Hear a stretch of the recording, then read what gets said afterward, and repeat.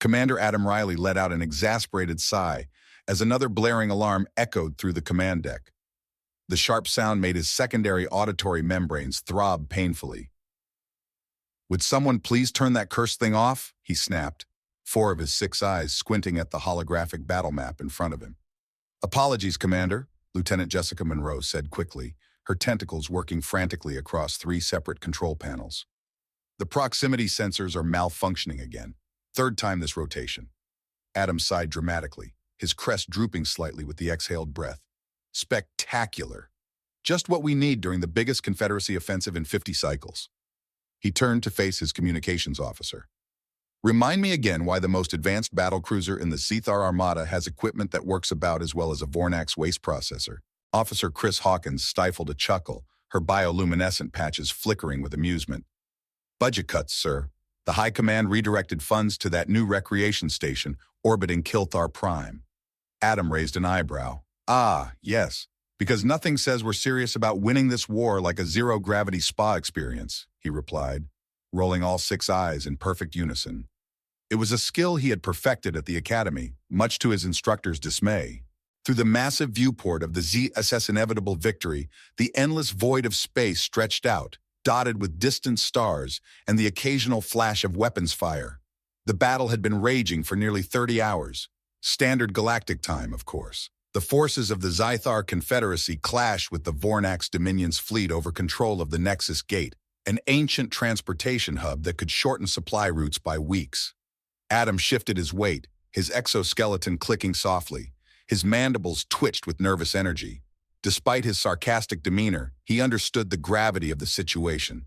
The Vornax outnumbered them nearly 2-1. Their only advantage lay in superior positioning and the tactical genius of Admiral David Williams, who was commanding the operation from the flagship. "Commander," Officer Chris Hawkins suddenly called out, her voice rising in alarm. "We're receiving an emergency transmission from Admiral Williams." Before Adam could respond, the holographic battle map flickered and shifted, replaced by the stern face of Admiral David Williams. His usually immaculate silver scales appeared dull with exhaustion, his 4-fingered hands tightly clasped behind his back. "Commander Riley," the Admiral began, his voice unusually tense. "Our long-range scanners have detected an anomaly approaching the battlefield. Unknown configuration, unknown propulsion signature." Adam felt his heart race. "Pirates? Mercenaries?" Admiral Williams's expression darkened. "Worse, Commander. According to preliminary data, it appears to be of human origin." The command deck fell silent, even the incessant alarm seeming to quiet in respect of the revelation. "Humans," Adam finally managed to say, his voice barely above a whisper. "But they've never ventured beyond their home system. They're barely warp-capable." Admiral Williams' dry reply cut through the tension. "That assessment is about to be revised." As the transmission ended, Adam stared at the empty space where the hologram had been. Humans. Of all the species in the galaxy, those bizarre soft-skinned beings were the last he expected to encounter here. "Battle stations," Adam ordered, his professional tone replacing his usual sarcasm. "Someone brief me on everything we know about humans, now." Officer Chris Hawkins' tentacles danced across her console, quickly accessing the xenobiology archives.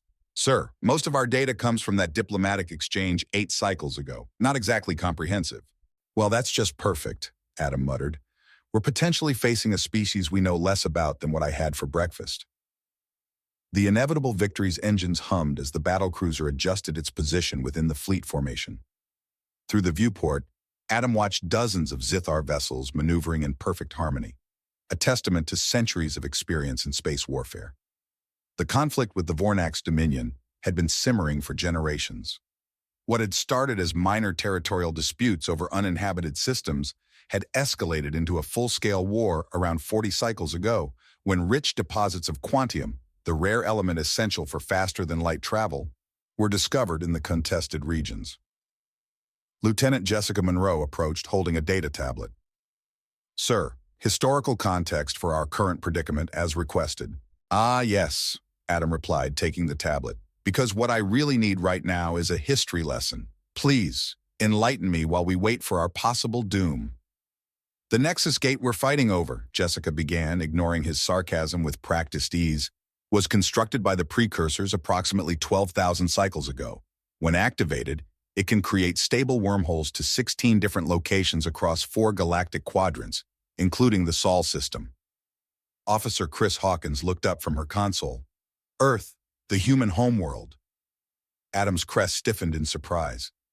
They're connected to this network, but they're pre-council. They don't even have representation in galactic politics. The connection was dormant, Jessica explained. According to records, the Vornax attempted to activate the Sol terminus about 10 cycles ago, hoping to outflank our defenses. Adam nodded as the pieces fell into place. That explains how humans might have learned about interstellar politics, he muttered. The Vornax wouldn't hesitate to recruit primitive species as cannon fodder. Captain Rachel Turner, a stocky Kilthar with battle-scarred mandibles, joined the conversation. The Vornax lost 6 scout ships during that expedition. Their official report claimed technical malfunctions, but rumors suggest otherwise. You're telling me humans destroyed 6 advanced Vornax vessels? Adam asked, incredulous. With what, pointed sticks? Unknown, sir, Officer Chris Hawkins replied. But the Vornax immediately classified all information about Earth. Then they doubled the defensive grid around their side of the Nexus Gate. Adam turned back to the battle map, his mind racing. The conflict had already cost millions of lives on both sides. The Zethar Confederacy and the Vornax Dominion had drained their resources in the pursuit of victory. Neither side could afford to yield at this point. So the question is, Adam mused, his tone unexpectedly serious. Are these humans arriving as allies of the Vornax, or do they have their own agenda? The answer came sooner than anyone anticipated. The ship's sensors screamed again, but this time it wasn't due to a malfunction. Commander, Lieutenant Jessica Monroe called out. Spatial distortion detected. Something's coming through. First sighting of the human warship. A hush fell over the inevitable Victory's command deck as the spatial distortion grew, bending the very fabric of space. It started as a pinpoint of brilliant light, rapidly expanding outward like a blooming flower made of pure energy, filled with lightning and quantum anomalies. Magnify the view screen, Adam ordered, dropping all his usual sarcasm. This was a moment of significance, one that demanded his full attention, and even his cynical mind couldn't dismiss the magnitude of what was unfolding. The distortion reached its peak, a vortex of energy that seemed to tear reality asunder. Then, with a final burst of light that temporarily blinded the ship's sensors, something materialized. By the 7 moons of Draxel Prime, Officer Chris Hawkins whispered, her bioluminescent patches flaring with shock. The ship that emerged was nothing like any vessel seen in the known galaxy. Zethar ships were sleek and elegant, reminiscent of aquatic predators from their home world, while Vornax ships favored geometrical precision in their crystalline design. This ship, however, was completely different. Are those exposed engine components? Lieutenant Jessica Monroe asked, her voice a strange mix of awe and unease. And is that actual armor plating? The human warship hung motionless in space, a brutal display of function over form. It resembled a hammer, its blunt end housing what must have been its main systems, tapering into a narrower, elongated section where enormous engines pulsed with barely contained power.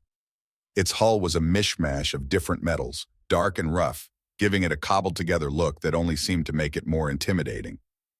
Scan that monstrosity, Adam commanded, regaining his composure. And get me fleet command. I need to know if anyone has had any communication with whatever that is. Captain Rachel Turner worked her station, her tentacles darting across the controls. We're having trouble scanning it, sir. There's some kind of interference preventing us from penetrating their hull. But from what we can gather, it's concerning. Enlighten me, Adam said dryly, unable to keep the sarcasm entirely at bay. Because this day has been so relaxing. Sir, their power signature is off the charts. Energy output surpasses anything in our database, Captain Rachel Turner continued. And they appear to have weapon systems active, though their configuration is unknown. Adam clicked his mandibles nervously. Size comparison? Approximately 2/3 the length of our battlecruiser, Captain Rachel Turner reported. But their mass is much denser than ours. They're built like a fortress, compact and hyperpowered. Adam's mandibles spread into a grim smile. How charming. The tactical display updated, showing both the Zethar and Vornax fleets adjusting their positions. Both sides were clearly caught off guard by the appearance of this new ship. Sir, Officer Chris Hawkins called out, we're receiving a communication request from the human vessel. Adam straightened in his chair, his uniform sharp and his crest automatically flaring to its most imposing height. This was an instinctive response to the potential threat. On screen, let's meet our unexpected guests. The holographic display flickered to life, and for the first time, Adam came face to face with a human.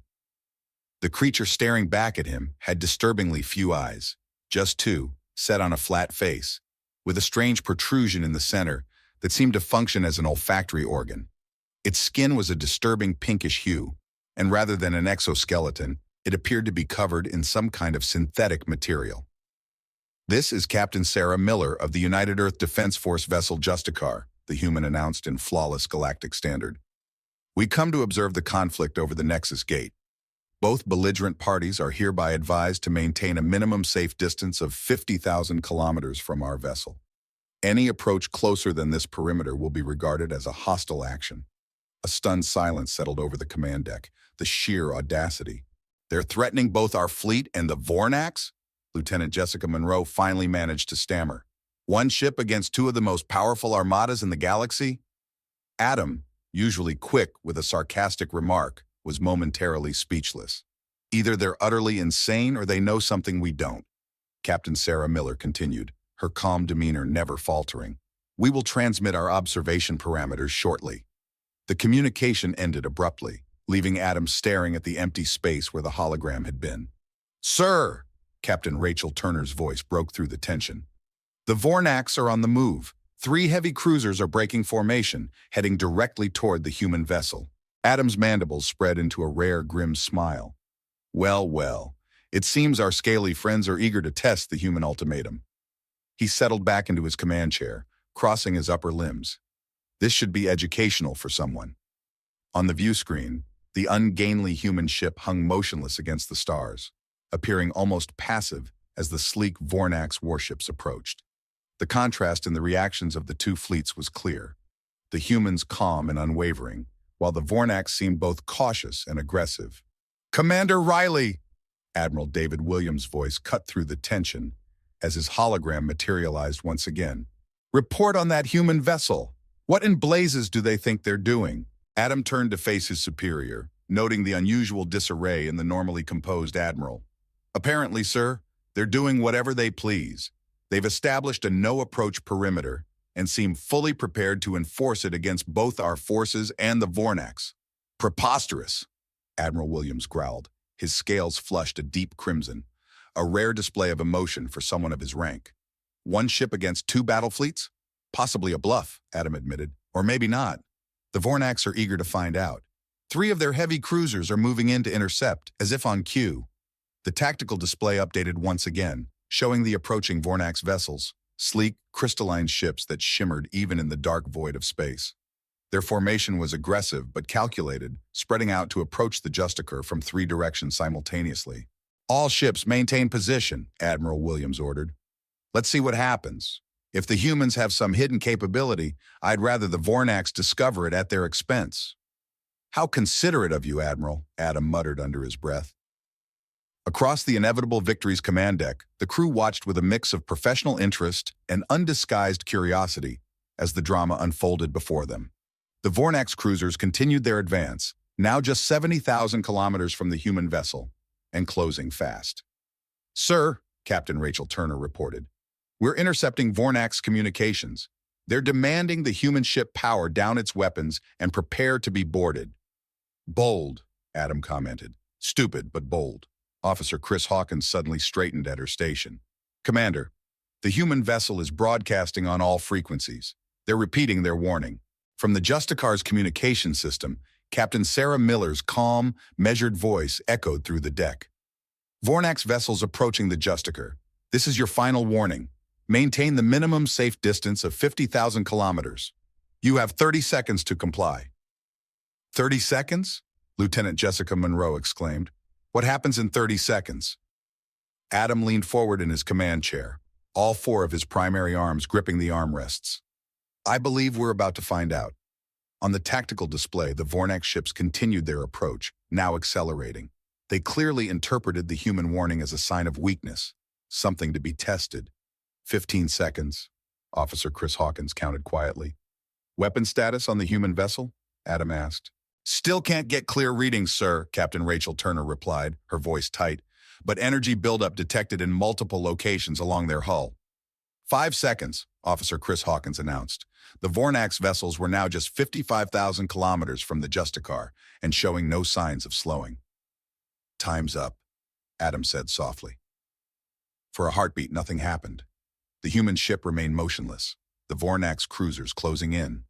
Then, with a suddenness that left the Zethar observers blinking in surprise, pinpricks of light flashed across the Justicar's hull. "Energy spike!" Captain Rachel Turner shouted, her professional demeanor cracking. "Massive weapons discharge!" What happened next was beyond explanation. The space between the Justicar and the lead Vornax cruiser seemed to bend as though reality itself was being warped. A barely visible distortion, like heat waves rising from desert sand, shot from the human vessel toward its target. When it reached the Vornax ship, there was no explosion, no fiery ball of destruction. The cruiser simply disassembled, not in an instant annihilation, but as though someone had removed the connections between its component parts. One moment, it was a functioning warship. The next, it was a cloud of perfectly intact components, drifting apart in the vacuum of space. "What in the name of all that is sacred?" Admiral David Williams whispered, his holographic eyes wide with shock.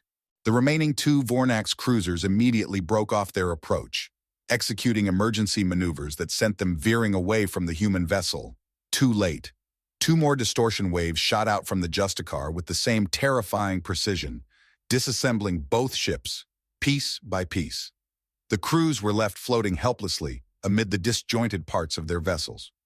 "No casualties detected," Lieutenant Jessica Monroe reported, her voice trembling. "The Vornax life support pods are intact. They've all been spared." Adam found himself momentarily speechless, which for him was an uncommon occurrence. When he finally spoke, even he could hear the tremor in his voice. "Well," he said, "I believe that answers our question about whether they were bluffing." His tone shifted, now laced with genuine astonishment. The human warship reveals its capabilities in grand fashion. The aftermath of the human ship's attack left both fleets in stunned silence. No words were exchanged over communication channels, as commanders on both sides processed what they had just witnessed. The Justicar hung in space, its blunt, inelegant design now having shattered every preconception about human technological capabilities. "Status of the Vornax crews?" Adam finally asked, breaking the spell that had fallen over his command deck. Lieutenant Jessica Monroe consulted her displays. "Alive, sir. All of them. The life support systems in their escape pods and individual survival suits are functioning at optimal levels." She paused, double-checking her readings. "Wait, it appears the human weapons specifically targeted non-essential ship systems first, giving the crew time to reach safety before disabling the main hull." "How thoughtful of them," Adam remarked, his sarcasm now tinged with genuine surprise. "They take apart 3 warships like a child dismantling toys, but they make sure no one gets hurt in the process." "Commander," Officer Chris Hawkins interjected, "we're receiving a priority transmission from the human vessel. They're broadcasting to both fleets simultaneously." Adam exchanged a glance with Admiral David Williams' hologram. The Admiral gave a curt nod. "Put it through," Adam ordered, and the main view screen flickered to life once again. This time, Captain Sarah Miller appeared on screen. She sat in what must have been her command chair, though the bridge behind her seemed absurdly simplistic compared to the advanced, bio-integrated controls of the Zethar vessel. All flat surfaces and right angles, an unremarkable setup for such an imposing presence. "Zethar Confederacy, Vornax Dominion," Captain Miller began, her peculiar lipless mouth forming each word with unnerving precision. "You have been fighting over the Nexus Gate network for nearly 4 decades. This conflict has cost millions of lives and trillions of resources. It ends today." A ripple of murmurs swept through the command deck. The sheer audacity of the statement left even Adam momentarily speechless. "We have observed your civilization since you first attempted to activate the Earth terminus of the Gate network 10 years ago," Captain Sarah Miller continued. "We have studied your technologies, your tactics, and your societal structures. We have determined that neither side possesses the necessary perspective to control the Nexus Gate responsibly." Admiral David Williams' hologram stepped forward, his scales now flushed a deep crimson, a dangerous shade that reflected his anger. "This is outrageous! Who are you to make such judgments? You're barely out of your gravity well. Your species wasn't even spacefaring when this conflict began." Captain Sarah Miller turned her gaze directly to the Admiral. Her two alien eyes conveyed a weight of authority that made even Adam uncomfortable. "Correct, Admiral Williams." Captain Miller's voice remained unshaken. "In the brief time since we achieved faster-than-light travel, we've developed technology that can dismantle your warships without causing harm. What does that suggest about our rate of technological advancement?" Before Admiral Williams could react, the tactical display blared with warnings. "Sir!" Captain Rachel Turner's mandibles clicked in agitation. "The Vornax main fleet is on the move. They're bringing their dreadnoughts to bear on the human ship." 5 massive Vornax capital ships broke formation, their crystalline exteriors gleaming menacingly as they aligned to face the lone human warship. Each dreadnought was nearly twice the size of the inevitable Victory, its weapons bristling and its shields more advanced than anything known in the galaxy. "Predictable," Captain Miller said, her voice almost laced with disappointment. "We had hoped they would exercise restraint. What followed happened so fast that when the Zethar analysts later reviewed the sensor logs, they would have to slow the footage to 1/10 speed to grasp it fully." The Justicar's hull shimmered, distorting the surrounding space as though seen through a heat haze. Then, where there had been one human ship, there were suddenly 5, perfectly synchronized, positioned to counter the approach of each Vornax dreadnought. "Quantum duplication," Lieutenant Jessica Monroe gasped, her eyes wide in disbelief. That's impossible." "Apparently not for humans," Adam responded dryly, his tone barely hiding his awe. Each duplicate of the Justicar emitted the same pinpricks of light as seen in the earlier encounter. This time, however, the distortion waves that followed took a different form. Instead of dismantling the Vornax ships, the energy emanated in translucent fields, enveloping the dreadnoughts. Within these fields, the massive warships were suddenly frozen, unable to move. "No energy readings from the Vornax vessels," Captain Rachel Turner reported in a voice subdued by awe. "It's as if they've been paused." "Temporal stasis fields," Officer Chris Hawkins whispered in astonishment. "They've mastered localized time manipulation." Despite the impossibility of it all, Captain Miller's voice came through the communications system again, her calm tone unchanged. "We don't wish to cause harm," she said matter-of-factly. "The crews aboard those ships are unharmed. They are simply experiencing time at a rate of approximately 1 second per 1,000 years. When we deactivate the fields, they will perceive only a brief flash of light." Adam leaned back in his command chair, a strange chuckle rising from his chest, one that felt far too dark for the situation. "Well, Admiral," he said to Williams' hologram, "I do believe it's time for negotiations." Admiral Williams could only nod mutely, his expression a mixture of shock and reluctant admiration as the 5 Justicars merged into one. The process was smooth, as natural as water droplets coming together, leaving no trace of the earlier multiple ships. "Now," Captain Miller said, her voice taking on an almost friendly tone, "shall we discuss the future of the Nexus Gate network? We have some proposals that we believe will benefit all parties involved." The fragile moment of diplomacy shattered as abruptly as the Vornax cruisers. "Commander Riley!" Officer Chris Hawkins shouted urgently, her bioluminescent patches flashing in rapid, chaotic patterns. "Multiple hyperspace signatures detected. Vornax reinforcements!" Adam's crest stiffened, alarm flashing in his eyes. "How many vessels?" 17 warships, sir, including the inevitable Dominion."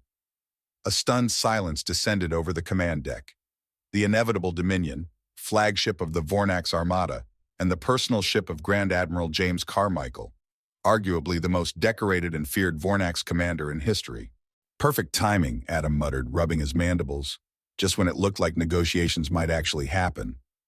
On the tactical display, a new wave of Vornax ships materialized from hyperspace behind their frozen dreadnoughts. These ships were different, darker, more angular in design, with ominous red energy signatures pulsing from their hulls. "Black Guard vessels," Admiral Williams' hologram said grimly. "Carmichael's personal squadron, the most fanatical soldiers in Vornax space." Captain Miller remained unfazed, her expression unchanged despite the appearance of the significant reinforcements. "Captain Miller," Adam said, his voice taking on a more serious edge, "I strongly recommend you withdraw. Grand Admiral Carmichael is not known for his diplomatic approach." A subtle, almost imperceptible smile tugged at the corner of Captain Miller's lips, her gaze flicking momentarily toward Adam. "Thank you for your concern, Commander Riley," she replied evenly. "But we anticipated this development." Before Adam could respond, A new communication override took control of all channels. The face that appeared on the view screen was unmistakably Vornax, scaled with vertical pupils, crimson eyes, and a prominent ridge of horns crowning a furrowed brow. Grand Admiral James Carmichael had arrived. "Pathetic human vessel," Carmichael's voice rasped, his tone a harsh hiss that seemed to scratch against Adam's auditory membranes. "Your tricks with our scout ships were amusing, but the game ends now. Surrender your technology, or I'll reduce your primitive craft to its constituent atoms." Captain Miller remained unruffled by the threat. "Grand Admiral Carmichael," she said calmly, "your reputation precedes you. Unfortunately, I cannot comply with your demand." "Then you will be destroyed," Carmichael snarled. "All vessels, target the human ship, full weapons barrage." The 17 Vornax warships moved with flawless precision, their formation widening to surround the Justicar. Energy readings spiked across the tactical display as weapon systems powered up across the fleet. "By the 7 moons," Lieutenant Jessica Monroe whispered. "They're going to vaporize that ship." Adam gripped the armrest tightly. Despite the human vessel's advanced technology, there was no way a single ship could withstand concentrated fire from 17 of the most powerful warships in the galaxy. Even with their extraordinary defensive capabilities, the odds were grim. Before he could dwell further, Officer Chris Hawkins' alarmed shout cut through the tension. "Spatial distortions detected. Multiple signatures, similar to the human vessel's arrival." The void of space around the battlefield seemed to ripple and tear. 5, 10, 20 new spatial anomalies bloomed like deadly flowers. From each emerged a human vessel, different from the Justicar, but unmistakably of the same origin. Blocky, functional, and brutally efficient in design. 23 human warships, Captain Rachel Turner announced, her voice trembling in disbelief. They've surrounded both fleets." The human reinforcements had indeed positioned themselves in a perfect 3-dimensional sphere, locking both fleets in. The battlefield was now fully enclosed by the human fleet. A new face appeared on the communication channel, an older man than Captain Miller, with silver-white hair cut short against a weathered brown scalp. "This is Fleet Admiral Thomas Chan of the United Earth Defense Force," he introduced himself. The Justicar was not sent alone. It was merely the diplomat. Adam couldn't hold back a bark of laughter. They sent a warship as their diplomat? That explains so much about humans. The Vornax response came swiftly, predictable as ever. Grand Admiral Carmichael immediately ordered his fleet to redirect their fire, splitting their targeting between multiple human ships. The Blackguard warships fired in unison, launching powerful plasma beams toward the nearest human vessels. What followed was beyond any conventional understanding of space warfare. Instead of dodging the incoming fire, the human ships remained still. As the Vornax weapons approached, the space around each human vessel seemed to bend inward. The lethal energy bolts curved away from the ships as though drawn into invisible whirlpools, then shot out from behind them, back toward the Vornax fleet. "Gravitational lensing," Officer Chris Hawkins muttered in disbelief. "They're bending space itself to redirect energy weapons." 3 Vornax cruisers erupted in a fiery explosion as their own weapons hit them with perfect precision. But Grand Admiral Carmichael was unfazed. "All ships launch physical projectiles, Nova torpedoes," he ordered. The Vornax fleet complied, launching their most destructive conventional weapons, quantum-tipped warheads designed to generate miniature supernovas upon impact. However, the human fleet's response was something entirely unexpected. Instead of redirecting the incoming warheads, apertures opened across the human ship's hulls, releasing a swarm of tiny autonomous drones. These interceptors moved with impossibly fast speed, intercepting the torpedoes before they could get within range. Rather than detonating, the torpedoes simply vanished. Each drone seemed to create a tiny pocket of distorted space that consumed the incoming projectiles. "Micro-singularities," Lieutenant Jessica Monroe suggested, her scientific curiosity briefly overriding her fear. "They're using controlled black holes as defensive tools." The battle, if it could still be called that, continued for several minutes more. The Vornax forces launched more desperate attacks, while the humans responded with technology that bordered on the fantastical. Throughout it all, the Zithar fleet held its position, doing nothing. Admiral Williams, ever the pragmatist, knew the futility of engaging in a battle against an opponent with such overwhelming technological advantage. Finally, with half of his fleet destroyed or disabled, Grand Admiral Carmichael's anger gave way to his usual pragmatic side. Cease fire, he barked, his voice barely containing his rage. All vessels, power down weapons. A profound silence followed his command. In the tense stillness, Adam reflected on how quickly the universe could change. Just a few hours ago, the worst thing on his mind had been malfunctioning proximity sensors on his battlecruiser. Now he was witnessing what felt like the dawn of a new galactic era. Fleet Admiral Thomas Chan's weathered face remained on the main screen, his expression stern but not unkind. Grand Admiral Carmichael, Admiral Williams, Chan spoke, his tone even.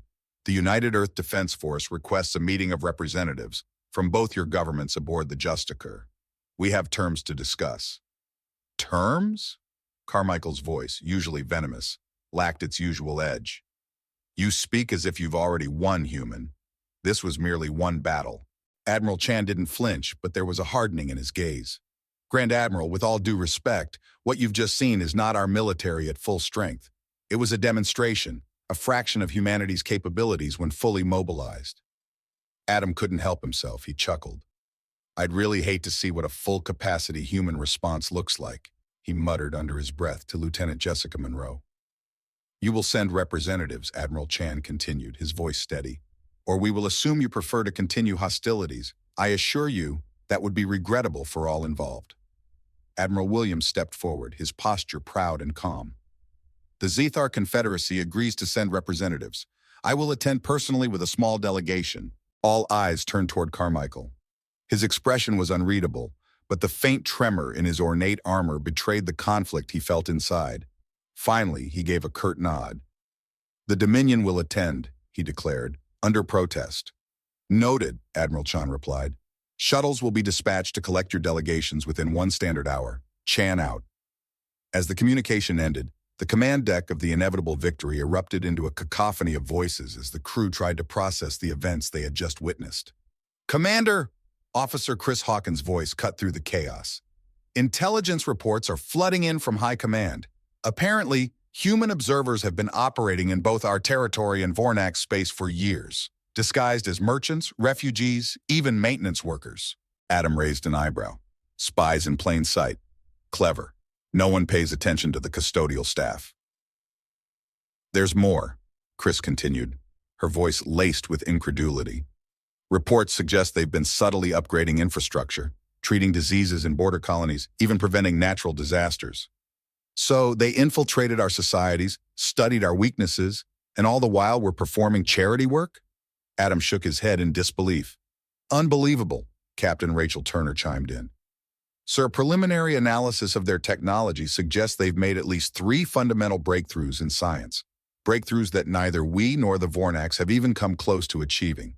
Their understanding of quantum manipulation, gravity control, and temporal mechanics is, well, frankly, terrifying.